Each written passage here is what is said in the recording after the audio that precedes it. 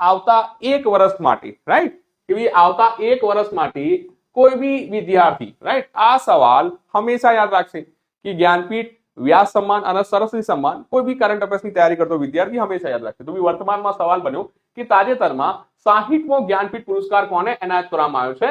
તો ભાઈ આ એનાયત કરવામાં આવ્યો છે આર વેરા મુથુ સાહેબને. જો પૂછી લે કે સર 59મો જ્ઞાનપીઠ પુરસ્કાર કોને મળ્યો છે, તો 59મો જ્ઞાનપીઠ પુરસ્કાર પૂછી લે તો ભાઈ વિનોદ કુમાર શુક્લ સાહેબને. સવાલ ચેન્જ કરી દે કે સર પહેલો જ્ઞાનપીઠ પુરસ્કાર આપવાની વાત કરીએ તો તમે નામ યાદ કરશો જી શંકર કુરૂપ સાહેબ. ઠીક છે ને? તો તમે કીધું હા સર વાત તો ઠીક છે. અચ્છા, તો ભાઈ 60મા જ્ઞાનપીઠ પુરસ્કારની વાત છે તો ભાઈ આર વેરા મેથુ સાહેબ જીતે છે. તેઓ 72 વર્ષના પ્રખ્યાત તમિલ કવિ અને ગીતકાર છે, તમિલનાડુથી સંબંધિત છે. 2025 માટે 60મો જ્ઞાનપીઠ પુરસ્કાર એનાયત થાય છે. સાથે સાથે આર વેરા મુથુ સાહેબ ભાઈ 7 વખત રાષ્ટ્રીય ફિલ્મ પુરસ્કાર, પદ્મભૂષણ, પદ્મશ્રી અને સાહિત્ય એકેડમી પુરસ્કાર જીતી ચૂક્યા છે.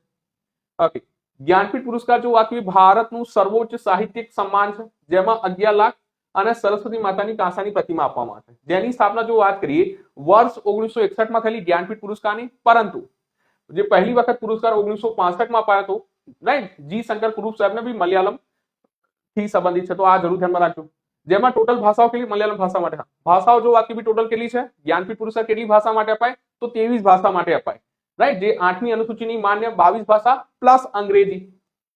સાથે સાથે પૂછી લે કે સર 59મો જ્ઞાનપીઠ પુરસ્કાર કોણ જીતે છે? તો વિનોદ કુમાર શુક્લા સાહેબ. અને એક પોઈન્ટ એ બી યાદ રાખજો કે છત્તીસગઢના પહેલા વ્યક્તિ બને છે જ્ઞાનપીઠ પુરસ્કાર જીતનારા. જ્ઞાનપીઠનો એક અપવાદ છે કે મરણો ઉપરાંત નહીં અપાતો, રાઈટ, કે બી જીવતા વ્યક્તિના સંદર્ભમાં જ્ઞાનપીઠ અપાય છે. અચ્છા, 58મો જ્ઞાનપીઠ પુરસ્કાર કોણ જીતે છે? રામ ભદ્રાચાર્ય અને ગુલજાર સાહેબ.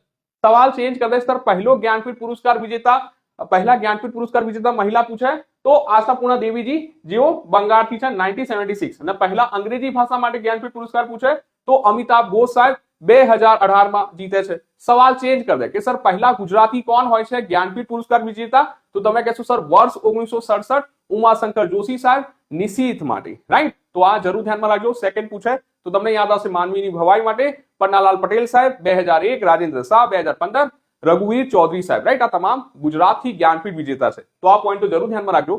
સાથે સાથે જ્ઞાનપીઠના ઇતિહાસમાં રહીશું, રાઈટ, જે આજના દિવસનો આપણો સ્પેશિયલ પોઈન્ટ છે. ઠીક છે ને? તો બી જ્ઞાનપીઠથી દેખીએ બીજા બી તથ્યો શું છે જે પરીક્ષામાં